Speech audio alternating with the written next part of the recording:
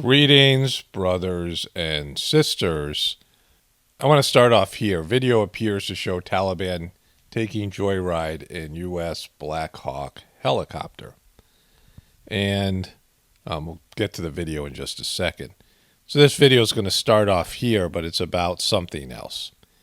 And what that something else is when the majority of people in your country or the world or town or family even believe one thing, and it's a lie. You know, the current belief, the shared belief of the majority is based in deception, right? And you see through the lie. But you're viewed as the problem because you're not going along, right? And there's some people that might even kind of believe that it's a lie or actually believe it's a lie, but they don't want to say anything, you know? So you're considered the identified patient, right? You're the person with the problem because you believe something different than everybody else. And, you know, hostility ensues. And we've seen that here in America and globally recently. Most of us have experienced this phenomenon. So I want to come back to that, but let's start off here. So there is this Blackhawk helicopter here, right? No reason to listen to it. So Mr. Taliban is driving the helicopter. You know, fellas, this thing actually flies. But here they are driving around the airport. You know, maybe there's no licensed helicopter pilot there. And they're having a little fun time with their new toys, right? And so I decided to look up what a Blackhawk helicopter costs, and it's $21 million. So they have 166 of these things, which is about $3.5 billion loaded. That's the loaded price. These are probably loaded since they're using them in war. And these figures came from Forbes magazine that said there's a staggering, $3.5 billion worth of Blackhawk helicopters, $83 billion of training and equipment of your tax money, of American stuff, is now in the hands of what's considered abusive, misogynistic enemy, right?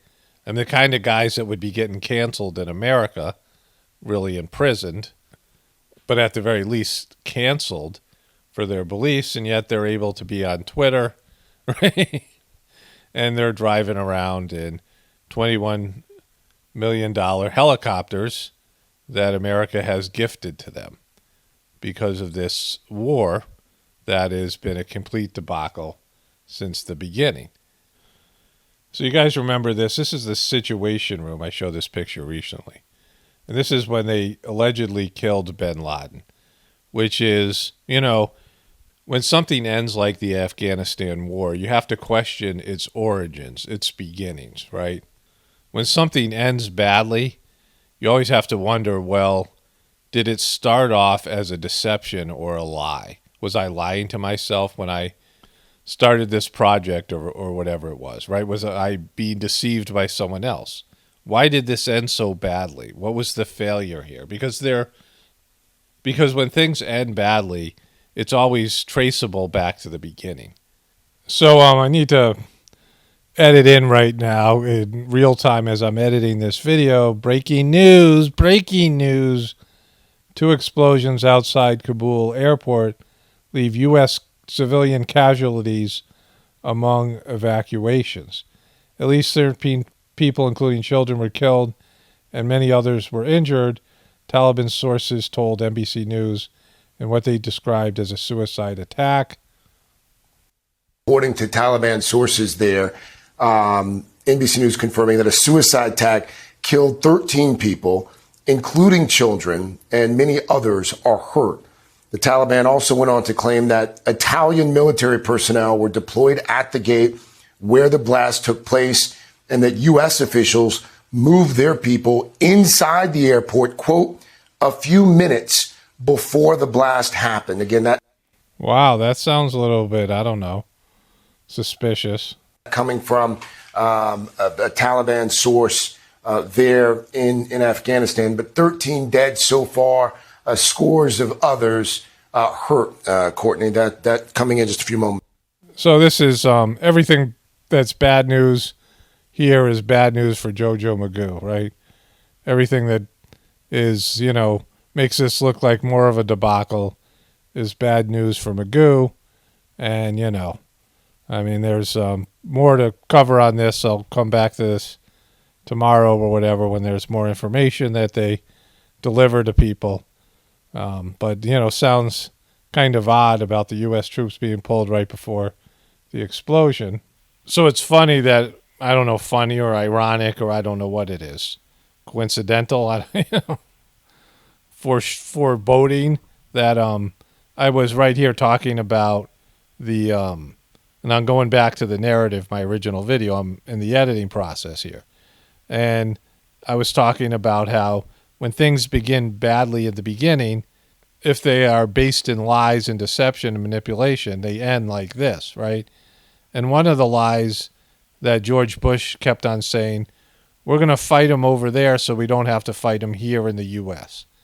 And so we saw that this was a long war of guerrilla warfare, what American military would call terrorism, but what is really guerrilla warfare.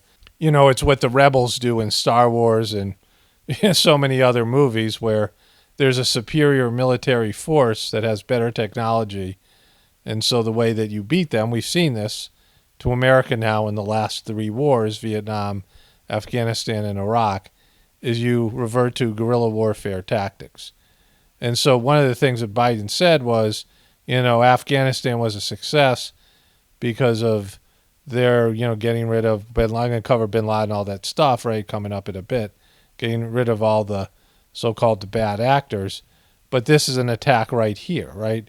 As America's leaving, they're attacking people, Americans and whoever else is there, American allies and, people that are Afghanistan people that help the Americans. And so they didn't do anything, right? This shows you that was a lie and their promises are, the things that they said we were there for were not successful. And so, what were we really there for? And let's get back to it. Let's get back to the original video here. Sometimes something goes south in the middle, but usually when there's weaknesses or lies or, whatever it is, faulty beliefs in the beginning of something, it's exposed in the end. It's something everyone should realize, that when something isn't pure and it isn't backed by your soul and it isn't, something that was clean, was free of manipulation, it was free of deception, it was free of egotistical pursuits, right? If something is pure and comes from your soul's path, then it doesn't end like this, right? It doesn't end in a complete debacle. So if something ends like this, you have to go back to the beginning and say, is this actually, was this a just war? Was this something that should have been done in the beginning? Were we lied to by the people that forced us into war? And all those things are true. We know that the powers that be, Dick Cheney and his crew of neocons, managed, handled, puppeted the president at the time and the media, who were, no one wanted to say anything bad about the government after what happened in 2001. And so they forced these wars that had nothing to do with the reason they said that the wars began, even though Jojo Magoo is still talking about the big event like it happened the way they said it did, right? And that this was a good war. This was a good pursuit, and getting Bin Laden was something that had to happen, and this was the only way to do it. And none of those things turned out to be true. And so I'm going to go through a little bit of that. But you can tell now because something ended poorly, right? When you're in a relationship and you might be in love and, there might be some great energy and connection between you and your significant other. But if there are holes in your characters, which there always are, and there is, some negativity, some, manipulation and lies and, any number of negative things that are, seeds in the relationship. They're like fault lines in the foundation of your relationship. And as it goes on, further and further, those weak points, those things that aren't good, the things that are eventually going to doom the relationship are, they're there at the beginning. They're in latent form, right? The way this war ended shows you that the majority of people believed, and, back then, I don't know what I believed. It took me a while to understand. Maybe it was like 2005 or so that I began seeing that there were lies. I knew in 2003 there was no reason to go into Iraq. Like that whole war was a lie, right? That Colin Powell went to the United Nations and presented evidence that Saddam Hussein had weapons of mass destruction, and he didn't. And there seemed to be no real reason to go into Iraq, but they did anyway. The reason was oil and, Halliburton and all these, neocon wet dream things. But, it turned out to be all deceptions and lies. So all these wars that we've been engaged in the recent years, the 2 wars in Afghanistan and Iraq, the police action in Egypt, and what happened in Libya and what they tried to do in Syria were all based in lies. And the media and everyone else went along with these movements, these military actions, even though it was easy to see that we were being lied to.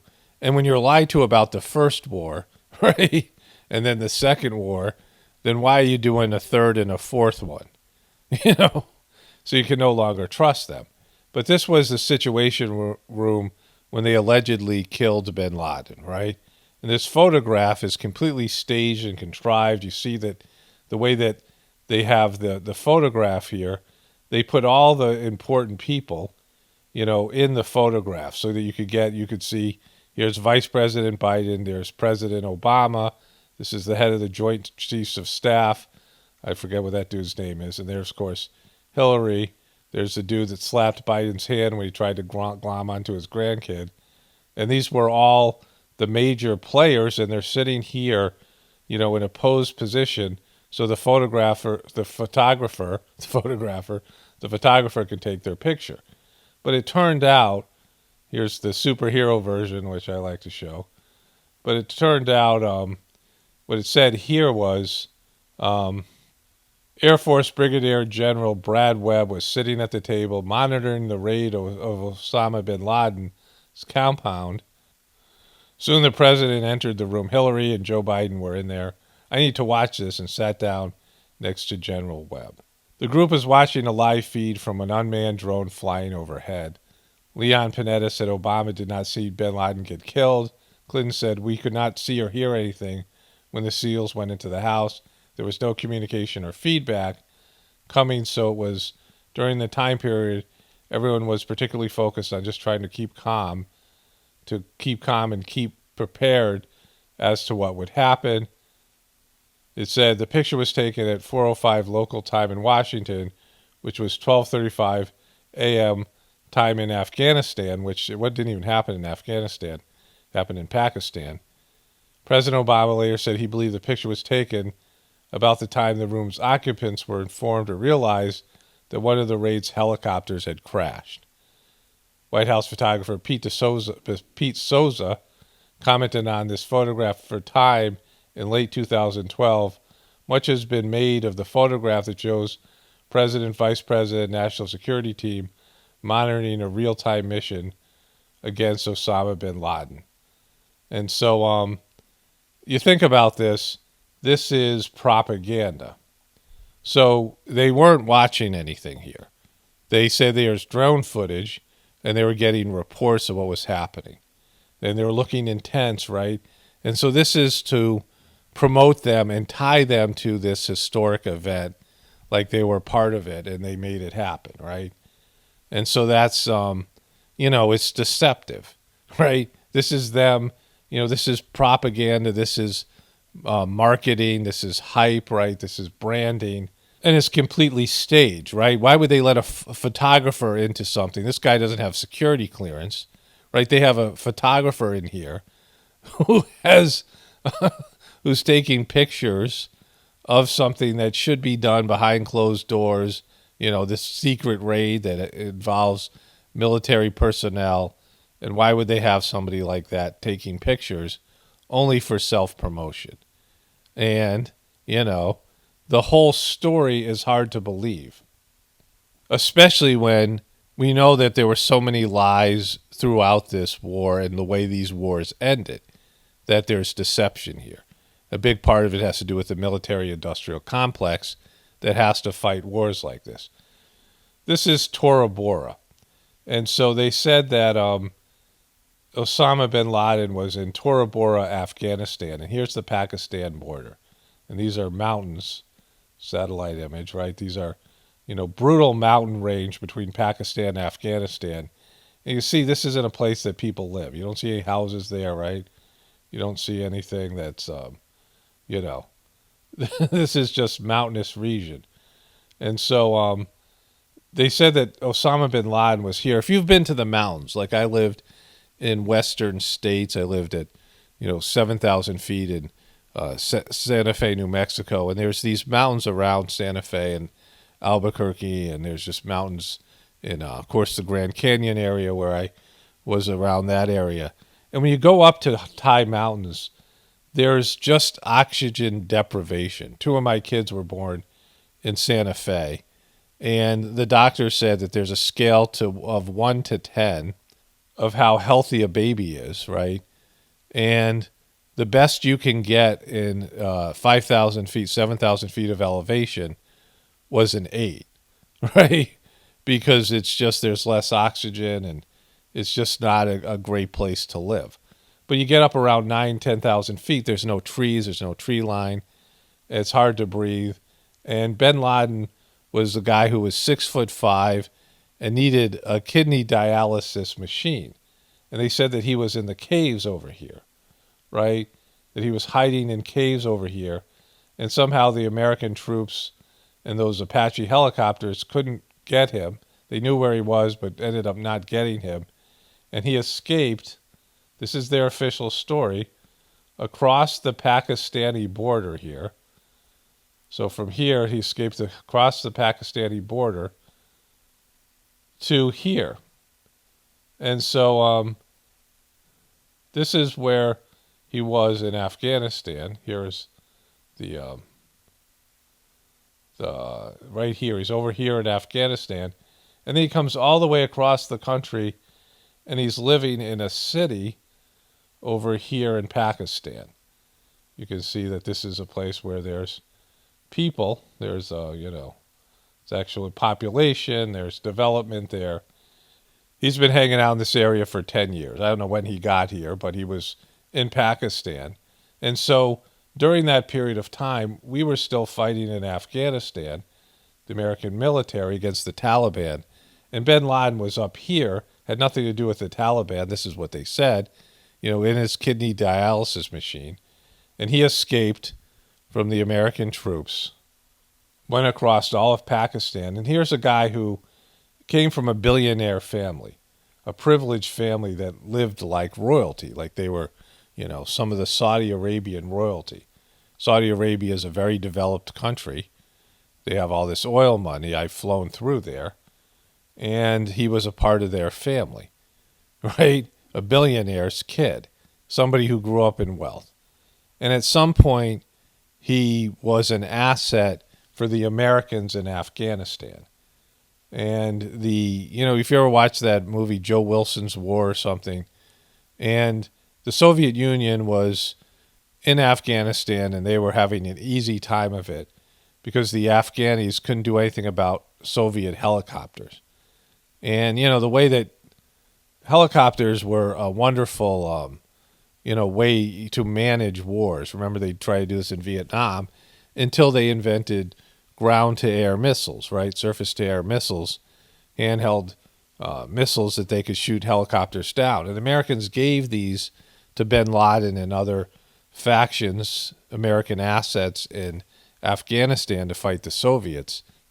But they didn't provide any training. And so guys were shooting off these missiles. And so they trained these guys to shoot the missiles correctly. I mean, we all saw about the jumping jacks, right? And they trained the guys to shoot the missiles correctly. And then the Soviets were basically lost that war and their empire fell because they no longer could just fly their helicopters and dominate Afghanistan. And it's a mountainous country with a lot of rural areas and a lot of militant tribal people, with all of them are carry firearms and things like this, and so it's a nightmare of a country to try to conquer, try to occupy. And so bin Laden, who had been trained asset of the CIA, at some point they said he turned and he started this thing called Al Qaeda, right? And that's a whole nother story. I've talked about that. It means the base, which means a database, but these are former assets of the CIA. And who's to say this guy ever stopped being an asset, right? That's just, again, we're depending on liars. The CIA lies to us and deceives us all the time. So do our politicians and our government. And they take pictures like this that are deceptive, right? This was put out there like they were watching bin Laden get killed. They're all looking intense, right? And it's just propaganda. And so when people do shit like this, it's hard to trust them. And there's been so many lies that have been exposed from these wars, that we were lied to about these wars. And the way these wars have ended, costing Americans maybe up to $6 trillion collectively, all going to the military-industrial complex mostly. And, the failure, and the people who live in these countries, their lives are way worse now that America's been in there. All of them. The countries are worse off now than when we started, and we're worse off. So it's a failure, right? These wars were failures, but people got paid.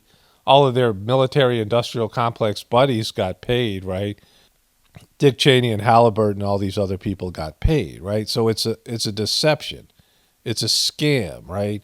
You've been lied into something so they can take that government cheese, $6 trillion of government cheddar. And so Joe Biden, Joe Magoo, is now saying how they successfully got bin Laden, and that was, some big thing. Here's, I don't know, one of these places. So it's one of these houses here, right? One of these places down here that they allegedly got bin Laden. He'd been living there for a long time, and they took some helicopters, right? I guess Apache helicopters again, and they took elite Marines, Navy SEALs, SEAL Team 6, and they went in and they shot this guy in the head, allegedly, in his house in one of these places, right? In one of these houses here in the city. And then they took his body and dumped it in the ocean.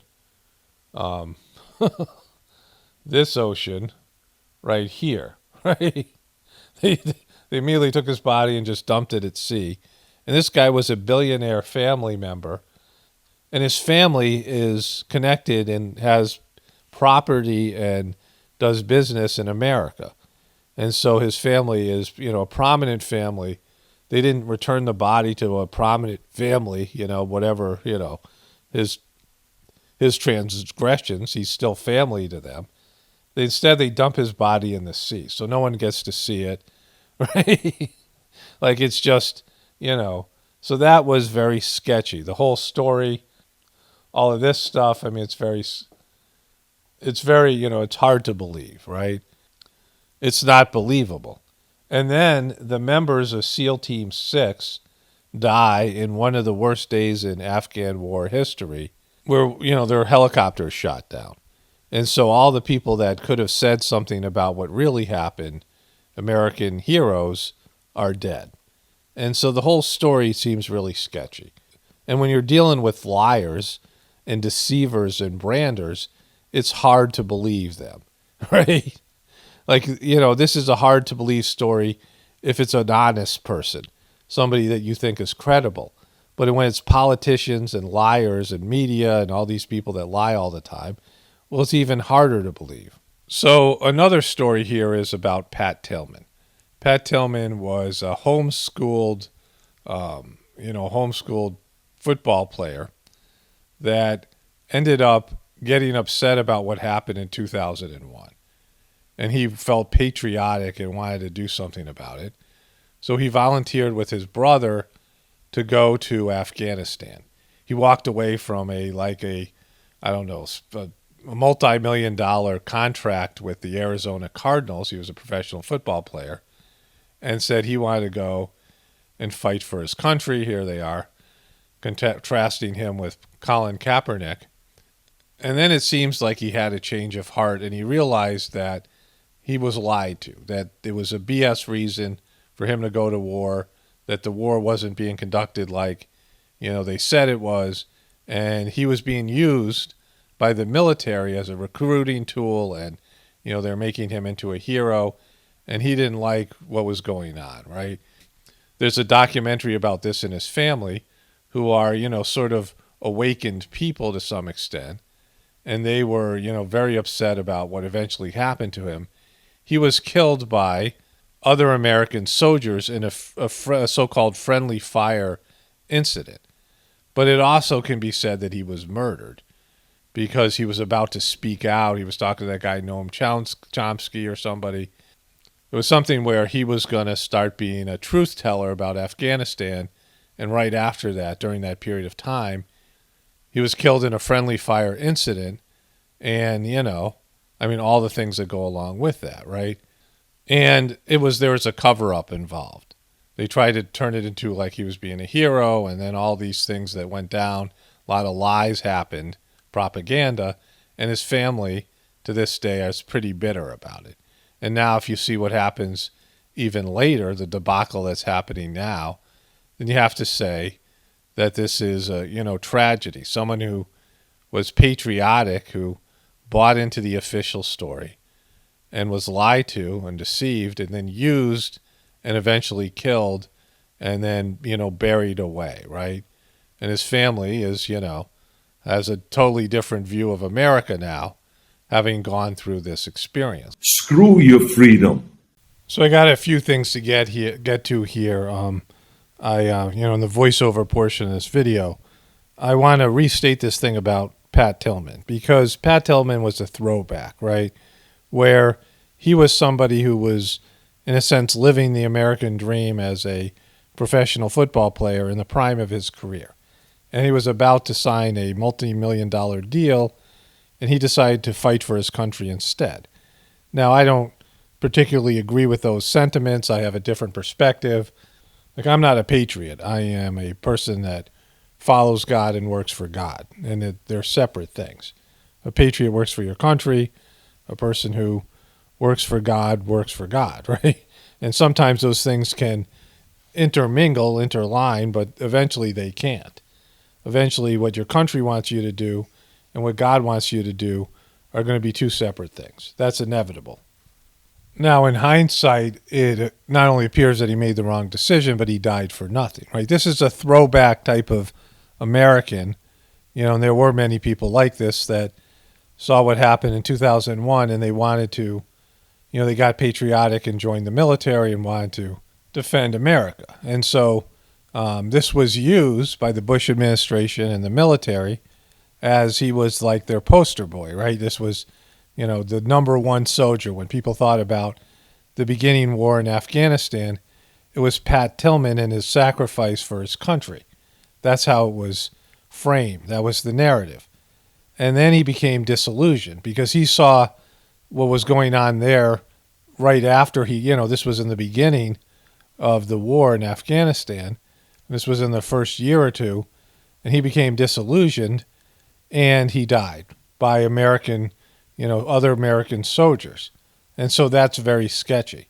And then they covered it up. They said he died in a firefight trying to make his death heroic, but then, it came out and the family got involved, right? And there's all this controversy, and they're like homeschoolers, the family, and they're, more aware, and they ask questions. I mean, you can go watch the documentary if you want, right? I might do that myself. It might be worth the watch. I'm sure it would be, given what's going on right now. And my point in saying that is, if they're willing to do this to Patrick Tilman, then what would they do to you? What would they do to the rest of us, right? Because the rest of us are not, considered on the same level. And I've talked to my brother, my grandfather was a soldier, my brother was in Vietnam, and I've talked to other people in the military, and they all talk about, being lied to and mistreated, especially if they were in a war, and then not taken care of afterwards. We've seen this over and over again. And so America will lie to those people, right? People who are willing to risk their lives and go to war for their country, and they get abused and, not treated properly. And so if they're willing to do that to them, then what would they be willing to do to people who aren't on that level of patriotic commitment? You understand this? And this is kind of the point of what I'm saying here, because they have been caught lying over and over again. So you can't trust anything they say. I mean, it might be, 10% true. It might be 0% true. It might be 50% true, but very seldom is it 100% true, where they don't leave out something. I mean, everything about it is a deception. Does anybody else find it suspicious that that Biden mentioned ISIS-K, right, this new variant of ISIS? There's about 10 or 15 comments with jokes about that to my video yesterday. And so he mentions it, and then within a day, the news, I was watching CNN, and they're claiming that this whatever just happened at the airport was ISIS-K. Does that seem suspicious to you? And also that the American troops withdrew right before this happened. And so going back to the original point of my video, I never really fit in with the American system, the American education system, and the American culture. I fit in to some extent, but not, I was always an outsider, an introvert, somebody who has, a different soul orientation. And, I never really, it never really clicked the American dream and the American culture. And, and I had influenced my brother, who was a Vietnam vet and became one of the early truthers in the 60s, had an AM radio station. And, I just had this type of asking deeper questions and looking at things in a different way, of course, starting the heartfulness meditation. And so I never really fully trusted America, and I had good reason to not do so. And I always look at it as if somebody lies to you, well, it might be a small lie or whatever it is, but they're willing to engage in that behavior. And unless they have a change of heart, it's usually going to get worse, right? If somebody lies to you once, then they're going to lie to you, more and more. And there's people who, most people lie so much they don't even recognize when they're lying or not. And so it's problematic. And I said before, you don't figure out the truth by searching through the lies. And that's a big problem with people in the truth community. So what's happened is there were some of us in the beginning realized that there was lies going on. I knew at least that in 2003 when we went to war with Iraq, that was bogus. They were making things up, and Dick Cheney was so untrustworthy. And then, by 2005 and then through 2007 when I started this YouTube channel, I knew, a lot more, right, about the deception. And there was sort of this was the first grand awakening on the internet with YouTube and social media and all these things. And, what's interesting is I found this over and over again, that there are now people who have woken up because of other major events. And what I've learned is, let's say there was somebody I talked to about this and they didn't believe me, right? They were, they pushed back or argued with me or whatever it was, right? And now they have had their awakening, but they still think they're superior to me. They still think they're, better and more reasonable than I am. They don't, give me any credit. I'm not saying it for me personally. I'm just saying as a human behavior, you'll experience this as well, that people will finally wake up, but then they're at whatever level they're at, and they try to tell you what's up, even though you've been doing this for years and they didn't listen to you in the first place. They try to, be the teacher to you when they're, so far behind. And I've found this over and over again. People think they know more than you, even though you've been doing it longer and you've gone through various stages and they're at some other stage. When you first find out that the government's, there's, the official story isn't what they say it is, you think you need to tell everybody else. And then you tell people and they argue with you and you're like, why doesn't anybody believe this, right? But what about you 5 years ago when someone talked to you and you didn't believe it? But now you have no compassion for the same dopey behavior you displayed, 5 years ago, and you're confounded why the people that you present facts to can't accept it, right? Even though the lies are so easily discernible to you and the group you're in. And so you try to wake everyone up, and that doesn't work. And then you try to say, well, what kind of movement can we do to change everything? And that doesn't work. And, whatever. You go through these stages, and then eventually you realize what I realize, and very few people in the truth community realize this because they don't want to. It's not hard. They just don't want to. That the system can't be saved. And you need sheeple. You need people to believe in the system. Everyone can't be a truther. If everyone was a truther, then the system collapses, because the system needs to be viewed as something good, something worth fighting for. If everyone realized that it's based in lies and deception. Now, there's some great things about America. There's great things about our system. And those things are the things we focus on, or we used to all focus on. And some people still do. The great part of our system, or how it's better than other systems, or how our lifestyle is better than other people's lifestyle. What's hidden is the cost of, or the evil that makes the privileges, makes the good things that we have possible. These illegal wars, the military-industrial complex, destroying governments, what we do to the planet in terms of pollution and harvesting resources. And you have all these right-wing truthers that say, well, there is no problem with climate change or any kind of pollution, but we are polluting the planet, regardless of the lies.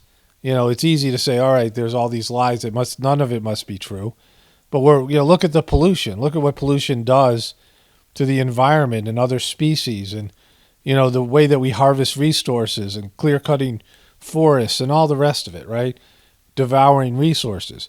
And, the exploitation of people and slave labor and the poverty of the colonized people all across the world. And so we don't want to know about that. We don't want to know why these wars take place. We don't want to know, all the bad things that are done to other people on the planet to keep our privileges going, to keep our lifestyle going. I don't want to know about it, right? I do and I don't. But once you know about it, you can't help but to see it or question what's behind this, what's the, because there's always this patriotic, oh, we're heroes, right? Like them saying, for example, that Gaddafi was killing his people in Libya and we were going there to save them, right? And that wasn't the truth. That was far from the truth, and the British government and various media publications like liberal media-leaning Salon or Slate or one of those California online news services, as well as a statement from the British Parliament about these were not true. That wasn't true. The reasons we went to war in Libya had to do with Gaddafi selling oil for the gold dinar and other things. Nothing to do with him being a threat to America, a threat to the economy, a threat to the worldwide economy, that's why. But not a military threat and not abusing his own people. But that's the lies they said to make him sound like he was, a villain and we were the hero. And so when you see that, I saw it in real time. Like I was, making videos all the time about this, and you could see through the deception. And when you do that, you no longer are 100% giving your energy to the system. You're no longer 100% on board. You no longer have the, cheerleader, yay, rah, rah, USA, USA, USA type of mentality. And the more people that have that, the system no longer is being supported by everybody. More and more people are having this view and no longer have this, and whether they're woke or awakened or whatever their particular slant on it is. Anyways, I don't think you can hear it, but I heard this chirp. Just a little intermission here. I heard this chirp and I thought there was a bird, and I just wanted to get this video done. And I went out and talked to my wife. She's like, I think Wampus brought a chipmunk in. I'm like, oh yeah, it's definitely in here. Because I heard something chirping like a chipmunk. I thought it was a bird, but now I realize it's more of a chipmunk sound. And so Wampus often brings animals in and deposits them in the house, and then we got to figure out how to get them back outside. Wampus is our cat. And Tulsi will kill mice and eat them, one of our papillons, but I don't think she could kill a chipmunk. Who knows? Chipmunks are kind of neat, and I don't know how she catches them. As a kid, I used to try to catch them, but never was successful. But anyway, going back to, I need to wrap this up. My voice is still bugging me a little bit here. So when you are, no longer 100% on board, you're not, you don't have any school spirit, you don't have any patriotism. I mean, you might, I still believe in the Constitution, whatever, whatever your thing is. But when you're no longer putting energy into the system like that, 100% positive, and you're starting to manifest and want something different and craving something, especially if you connect to God and you want a system that aligns itself with God and the divine laws, when you want that, the system begins to crumble. And so, all these people now, there's probably about 50% of the country that's at least awakened or awoke or whatever you want to call it on some level and some capacity, in the sense that they don't believe in the media, they don't believe in the politicians as much, and they question a lot of the, whatever it is, the rhetoric. And once you lose trust with your population, and they don't seem to care about whether we trust them or not, so that's another part of the problem. But if you still realize what I've said over and over again, I don't know if anybody else says this, in the truth community, but you're 100% dependent on a system. We're all 100% dependent on a system that's going to collapse in the near future in one degree or another. And what does that mean, right? In terms of people who have very few, limited skill sets in terms of being able to do primary labor of growing food and, all the things that we need, right? Most people's jobs aren't really need-based. We're mostly service-oriented jobs and things like this. So anyways, when you get a larger and larger groups that lose faith in the government and the system, then the system collapses. Because it's built on, it's fueled by perception. It is generated, the power behind our system is a mass illusion, where everybody believes America is wonderful, and part of America is. But the backside of, the other side, the dark side of America, when that becomes known, or when you start getting affected by the dark side, if you're a privileged person and you don't, you're wealthy and you're whatever you are, and you're not affected by the negative aspects of the system, then it's hard for you to see it, and maybe you don't care. Oftentimes you won't. And I had a whole bunch more to say about this. We're going to have to wait till tomorrow. Maybe I need to just, again, like I said, take some days off. My voice just isn't.